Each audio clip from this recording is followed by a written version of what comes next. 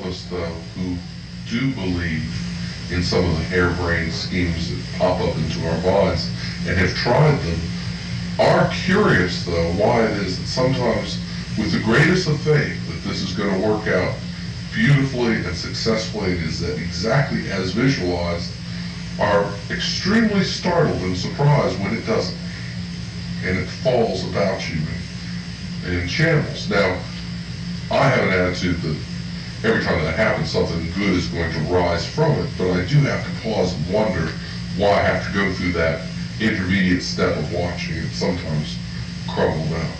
Now, this is most interesting. Among your many talents, you are trailblazer as well. You have literally done this in the deepest of jungles. You have done it through dense woodlands.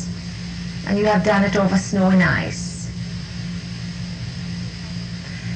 When one has a tendency within one's soul character, one tends to act out a certain portion of that energy because it is a familiar niche, so to speak. If you cannot blaze trails and create roads for people to walk on literally, you will blaze trails of experience for people, and you will test the deep waters and demonstrate that they are safe. Now, you would not be creating catastrophe upon catastrophe if you did not cultivate the belief that there is something good in all, and that the universe is offering you a greater opportunity. It is something that you do to show others so that they can say, well, remember when this happened to Duffy and he said, well, something good will come out of it. Now perhaps we might begin to think of that too with this great catastrophe that is in front of us at this time. And then, because you have blazed this trail of experience, you have affected many whom you do not even understand that you have affected, and who will take the opportunity of so-called disaster and catastrophe to learn. And eventually they will learn that they do not need to create disaster and catastrophe. They can create whatever it is. But it is a form of taking responsibility and seeing that the world is not out after you, only your thoughts. If your thoughts believe that the world is after you and humanities are not to be trusted, then unerringly you will draw to yourself those experiences that will demonstrate what you are thinking. In order to trailblaze, though, as I think many of us here together in this group are trailblazers as such. What we have to do, though, is leave the mass conscious thinking, which is the paradigm that we all entered willingly in this reality. But we have to be able to cut those ties and those bonds of familiarity, if you will. And that you are doing. That we're doing. But you say, why aren't we ahead of where we could be? I think it's because it's a letting go process. And also the other thing I think that comes into it is that we know the stuff first upstairs in our mind, but it takes us time to put it out into practice in our lives. You are learning integration. Right, we're timid about doing this stuff. It's a step-at-a-time process. And the more successes we get on a small level, then the more we'll bring it into the greater issues in our lives. You all need but take one area of your life that works, that you resonate with, that you feel good about. And it could be something so simple as knowing that you make a great breakfast for yourself every morning before you leave the house. But it is the confidence and the essence that you feel in performing something that we are attempting to tell you to capture. And as you can tap into the way you can prepare yourself with ease and comfort and reliability a good breakfast, then you can intend to prepare the rest of your life and your experience with that same knowing. You do not realize what you do to yourselves. We have continuously spoken of this.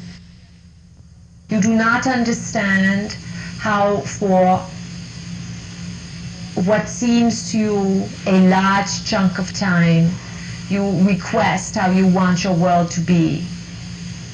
But it is not a large chunk of time, because you are making an effort to concentrate on this. And so it may seem that 4 or 5 times a day you may think very intently, and you may write it down, or you may pray, or you may have a meditation or whatever, to bring to yourself what it is you want. And then what is it that you do for all the other minutes in your day? If for 5 times a day you took 5 minutes to think of what you want. And then are the other 23.5 hours spent in worrying on what it is that you know is going to happen? Or the reality that you are stuck with? Now, we have said to you often that it is not an issue that you must belabor. You must learn, all of you, to map where it is that the mind travels. Where are you on your so-called downtime? What are you thinking of? Learn to observe who you are. Learn to develop a sense and intent of well-being. Ask continuously for light to be implanted within you. For each time you ask, you are given. Each time you ask for light to be implanted within you, you are given. Perhaps it is a dose so small, but it makes a difference. And it gives you a clearer picture. And understand this. The world that you live in is finely balanced at this time, and this balance is changing. As we see it, the large sector of your humanities will be going over the bridge in large groups, so that there will not be one here and one there who sees the new reality and has the veil ripped from in front of them, where perhaps the same scene a moment before was like a still life painting and suddenly came alive in front of you, and the communications from the animals was understood, and the rightness of nature and the rightness of mankind and the correctness of all that is would resonate through your beings. It is not as if one would experience this.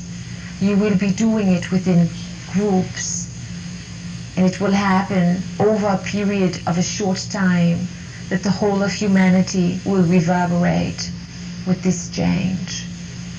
It will not be instantaneous for the whole humanity, but as greater numbers draw more into themselves, they will be able to pass it on to others.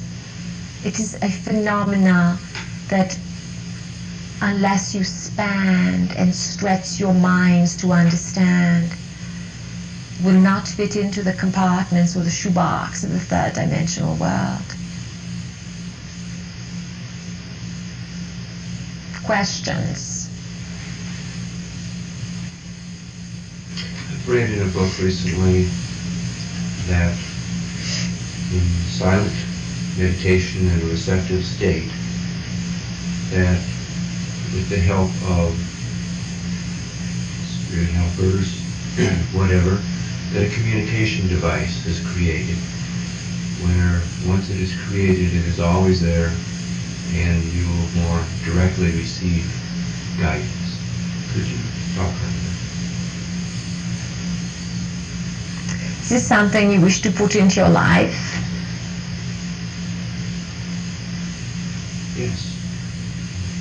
then you may indeed understand this. There are others who have heard us speak of this before. It is the basis of what it is that we speak to you on. Thought,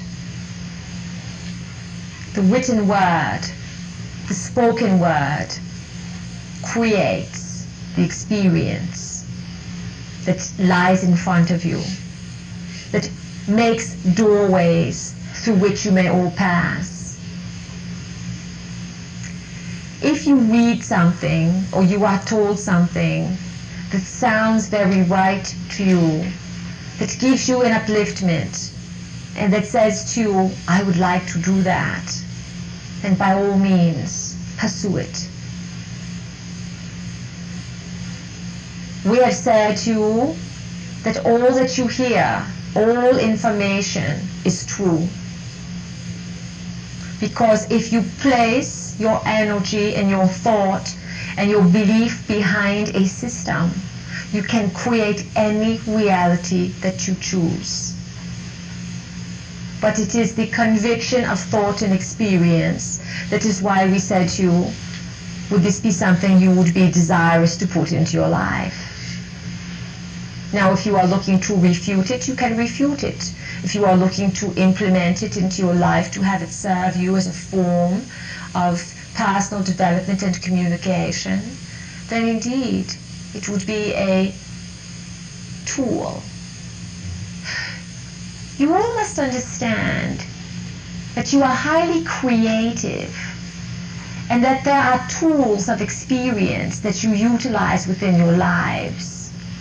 And there are those who come onto your planet who are manipulators of form. Although in your reality you have not given that label of a profession to any, there are indeed manipulators of form. Those who write books are manipulators of form.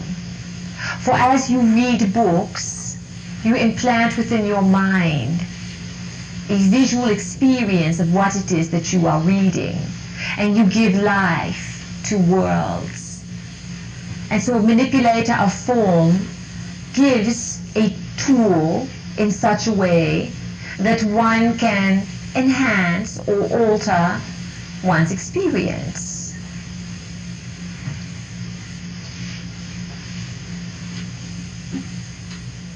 Is that understood by you? Yes. I think for me in particular, it's this question of conviction and refutation, because indeed one wants to believe in one's intention, and yet there is some aspect of the self that seems to refute it. And it's that ambivalent place that we sometimes find ourselves in that I think we're all grappling with.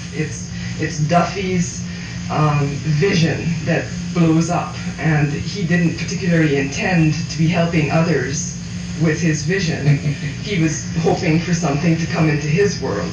And this is a good that has emerged from it, but it wasn't his intended good. And it's that area that I find myself stumbling. It has to do with doubt. Yes. And you do not believe or you do not feel the extent of what your doubt does.